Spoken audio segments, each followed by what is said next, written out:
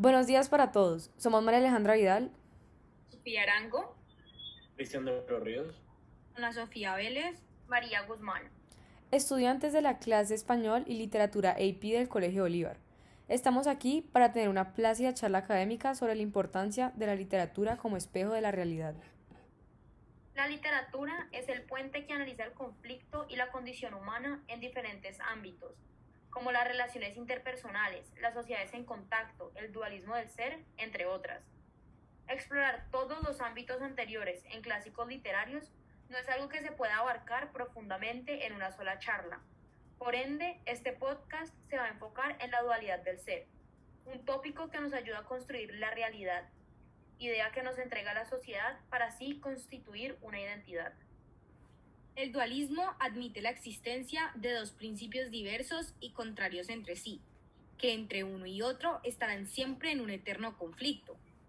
Esto se observa en la imagen pública y la imagen privada, el yin y el yang, el ser y la creación, la espiritualidad y la religión, conflictos que se han evidenciado a lo largo de la historia. A comienzos del siglo XVII, Descartes fue el primer filósofo en exponer la existencia de dos especies de sustancias diferentes, la espiritual, constituida por el espíritu, y material, constituida por el cuerpo, y el cerebro, sirviendo como puente para su interacción. Al ser estudiantes de literatura hispanoamericana, consideramos de suprema importancia observar en producciones literarias como Aura, Don Quijote de la Mancha, La Metamorfosis, Borges y yo, la amplificación y desarrollo de las dualidades del ser previamente mencionadas. Por ello, proponemos algunos personajes que las exponen, comprendiendo cómo ellos son un espejo de las dualidades y de los dilemas existenciales de la humanidad. Además, a través de ellos se revela la perspectiva de distintos autores sobre el tema.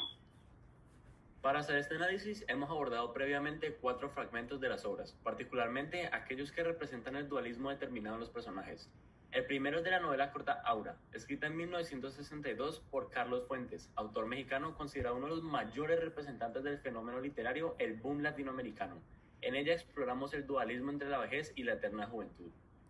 Adicionalmente, recurrimos al clásico Don Quijote de la Mancha, escrito en 1605 por Miguel de Cervantes Saavedra, autor español conocido como uno de los primeros novelistas preeminentes, quien desarrolla el conflicto entre lo que queremos ser y lo que verdaderamente somos. Por otro lado, analizamos La Metamorfosis de Franz Kafka, autor checo, figura inminente del realismo fantástico, quien mediante su obra, escrita en 1915, introduce la transformación como evento consecuente de la dualidad y el valor intrínseco entre lo humano y la sociedad. Por último, Jorge Luis Borges, escritor de cuentos, ensayos y poemas argentino, considerado como una figura clave tanto para la literatura hispanoamericana como para la literatura universal. En su cuento Borges y yo, propone la dualidad entre la imagen pública y privada, es decir, lo que se muestra a la sociedad y lo que en realidad se es.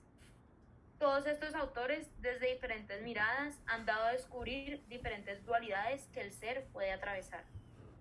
Teniendo en cuenta lo anterior, en una primera instancia, indagamos en el desenlace de la trama en Aura, cuando se observa que Felipe, el personaje principal, se da cuenta que Aura, su amada, no es solo lo que él pensaba. Ese ojo de la pared que deja filtrar la luz plateada que cae sobre el pelo blanco de Aura, sobre el rostro desgajado, compuesto de capas de cebolla, pálido, seco y arrugado como una ciruela cocida. Apartarás tus labios de los labios sin carne que has estado besando, de las encías sin dientes que se abren ante ti. Verás bajo la luz de la luna el cuerpo desnudo de la vieja, de la señora Consuelo.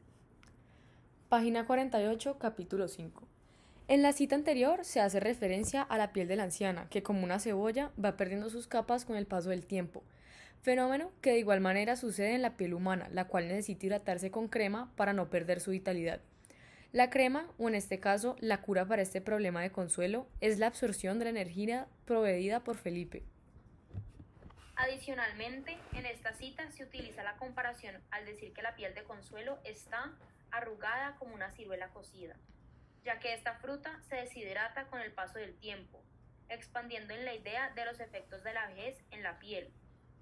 A su vez, Fuentes a lo largo de esta cita nos muestra a Aura y a Consuelo como dos partes de un mismo ser, partes que representan dos etapas opuestas de la vida.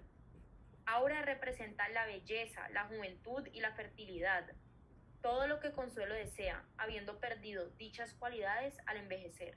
Aura y Consuelo vivirán siempre una dentro de la otra, anhelando lo imposible, una juventud eterna, y evadiendo lo inevitable, envejecer, conservando así un conflicto eterno. Para continuar, en la novela La Metamorfosis de Franz Kafka se puede observar otro tipo de dualismo experimentado por Gregorio. Su naturaleza humana entra en conflicto con su condición de bicho, ejemplificando en la constante lucha de Gregorio por mantener sus facultades humanas mientras estaba sujeto al cuerpo de un insecto. Tal es el conflicto de Gregorio, que fantaseaba con dejar el estado en el que se encontraba, pues para él, dentro de su contexto social, la condición de bicho en la que estaba inmerso era una que le repugnaba. El haberse convertido en un animal deplorable y repulsivo era algo que involucraba perder las facultades que le daban a Gregorio un rol como individuo y miembro de familia, significando así que poco a poco debía renunciar a su dignidad humana. El personaje principal es deshumanizado por toda su familia y cargaba una manzana como recuerdo que... Ese es aspecto repulsivo actual, era un miembro de la familia a quien no se debía tratar como un enemigo, sino por el contrario, con la máxima consideración, y que era un elemental deber de familia sobreponerse a la repugnancia y ser tolerantes. Página 46, capítulo 3. Para Gregorio, perder su vínculo con la familia fue perder su identidad humana, por lo cual cada vez que se rendía más ante su estado impetuoso y asimismo la racionalidad humana que conservaba se fue desvaneciendo dejándose morir. Su muerte revela cómo su condición reprimió su naturaleza al punto de desaparecerla.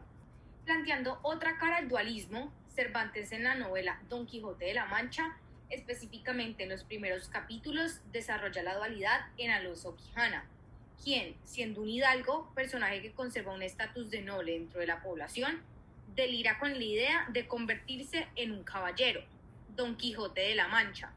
Este delirio nace de su deseo de ser reconocido como un hombre honorable, que mostrara las características que la sociedad le daba a los caballeros, el valor y el honor.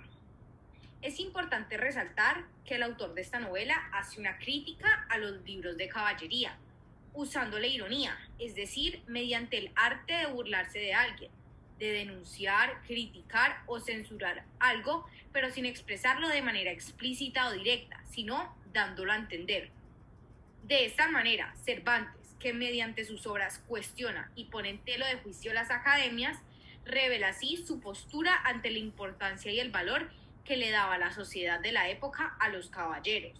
Alonso Quijana toma la decisión, al leer los libros de caballería, de convertirse él mismo en ese personaje de valor que tanto admira su sociedad. Por esta razón, sus deseos de convertirse en caballero lo llevan a crear a Don Quijote de la Mancha, personaje al que le atribuye todas las características de un valeroso aventurero, que marcará la historia.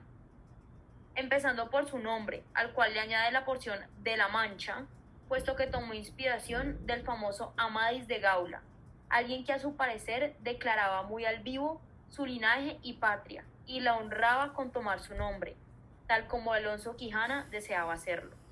Es a partir de esta idea que se observa una dualidad, pues Alonso Quijana se envuelve tanto en la realidad de sus lecturas que él mismo se sumerge en ellas. El personaje deja de ver las cosas como realmente se le presentan y de verse a sí mismo como la persona que es, Alonso Quijana. La narración de su vida toma una forma similar a esa de los caballeros que tanto elogia.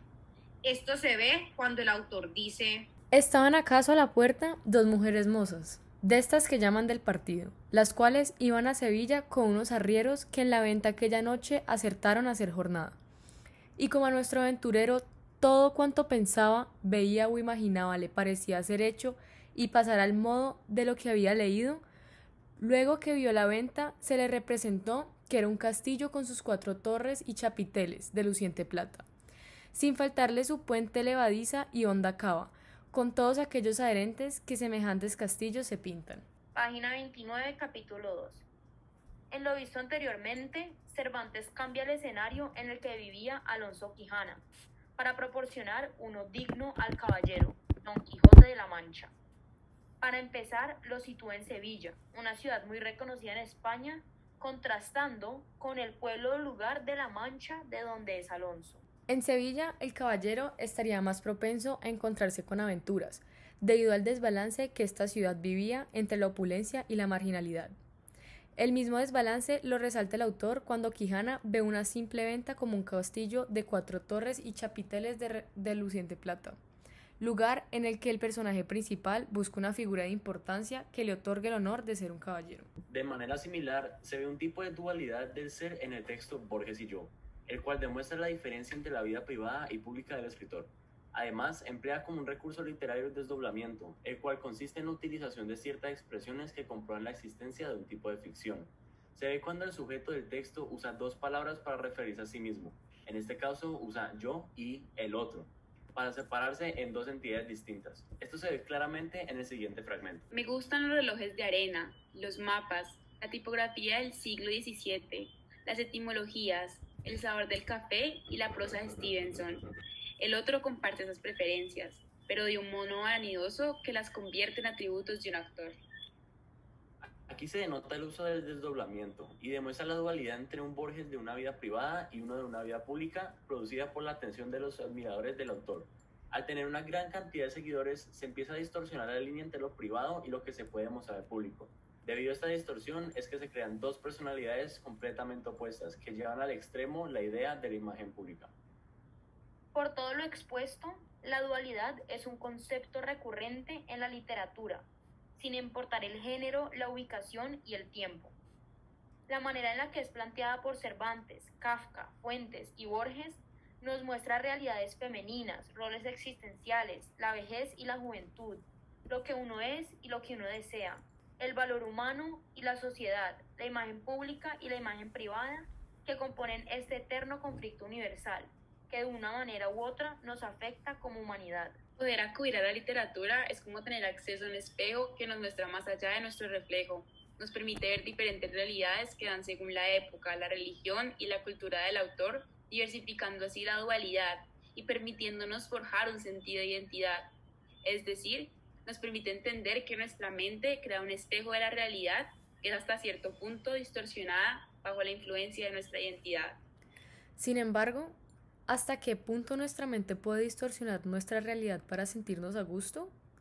Tal como Don Quijote se sumergió en la fantasía de ser un caballero, Gregorio bajo la idea de proseguir con su vida humana, Consuelo refugiándose en Aura como una fuente de eterna juventud, y finalmente, como Borges se desentiende de su imagen pública para regocijarse en su yo privado. Bueno, muchas gracias por escucharnos el día de hoy y esperamos que hayan disfrutado de nuestra charla académica.